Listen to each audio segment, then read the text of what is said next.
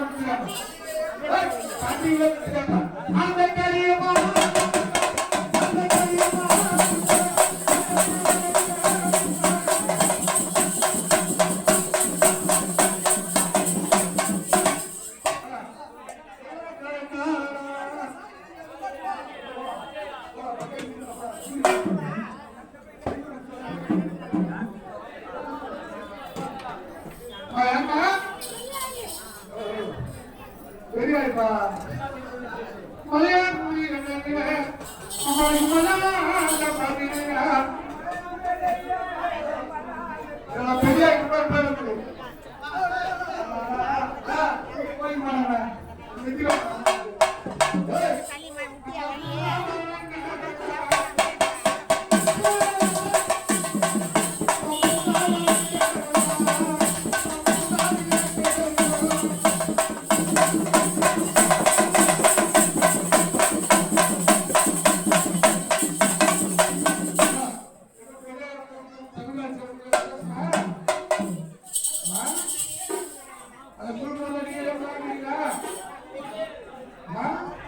அதே மாதிரி மக்கள் எல்லாரும்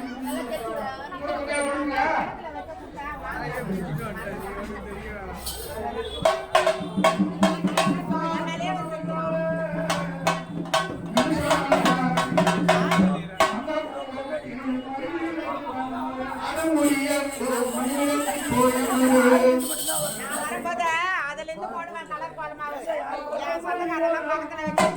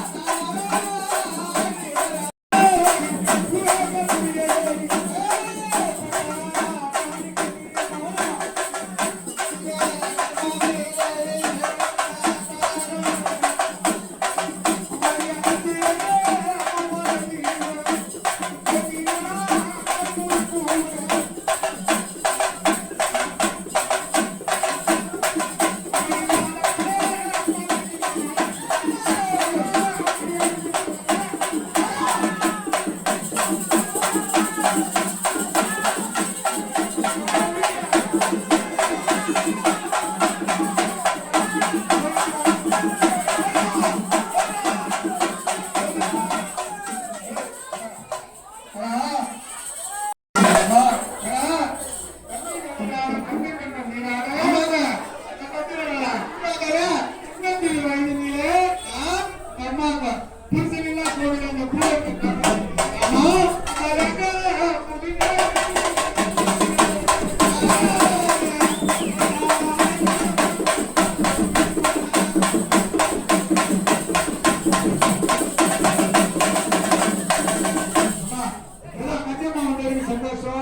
பக்கம் பேருங்களா சந்தோஷமா குடும்பம் வாங்கிக்கிறீங்களா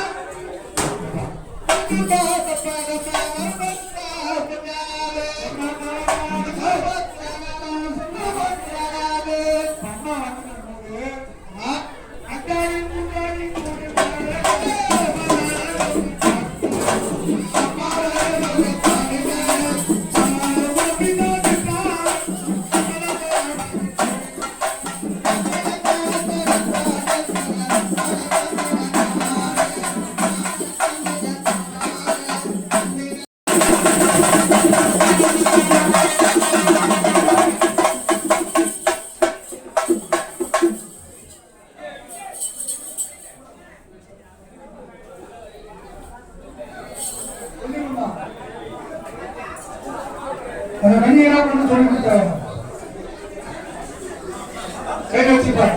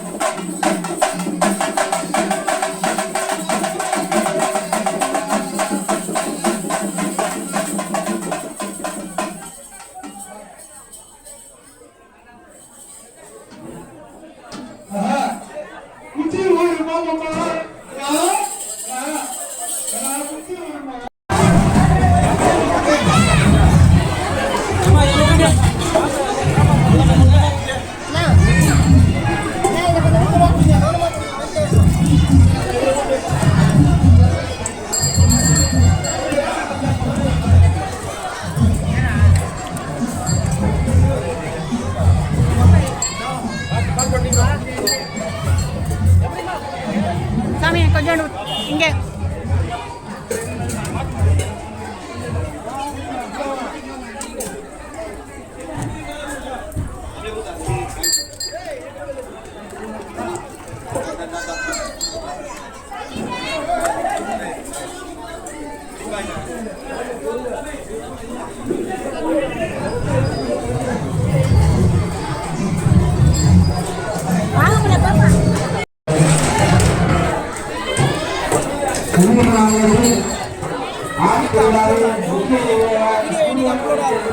சாயங்காலமே வந்துடும். குரூப் இருக்கா உங்க குரூப்ல ஷேர் பண்ணுங்க. வியூஸே போக மாட்டேது, ஒரு வியூஸும் போக மாட்டேது. பக்தர்கள் சரியா ஷேர் பண்றது இல்ல.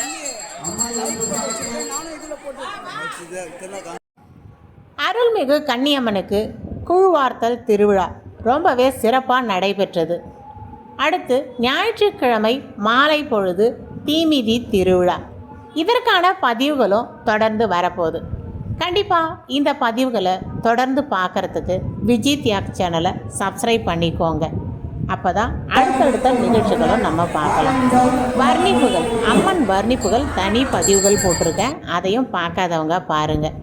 இன்னைக்கு அம்மனோட இந்த வர்ணிப்பாகட்டும், கூழ்வார்த்தலாகட்டும், அம்மன் அலங்காரம் எல்லாமே ரொம்பவே அற்புதமாக இருந்தது. கண்டிப்பாக என்னோட சேர்ந்து இந்த வர்ணிப்பை நீங்களும் ரசிச்சிருப்பீங்க. பாட்டு கச்சேரி மாலை பொழுது நடைபெற்றது.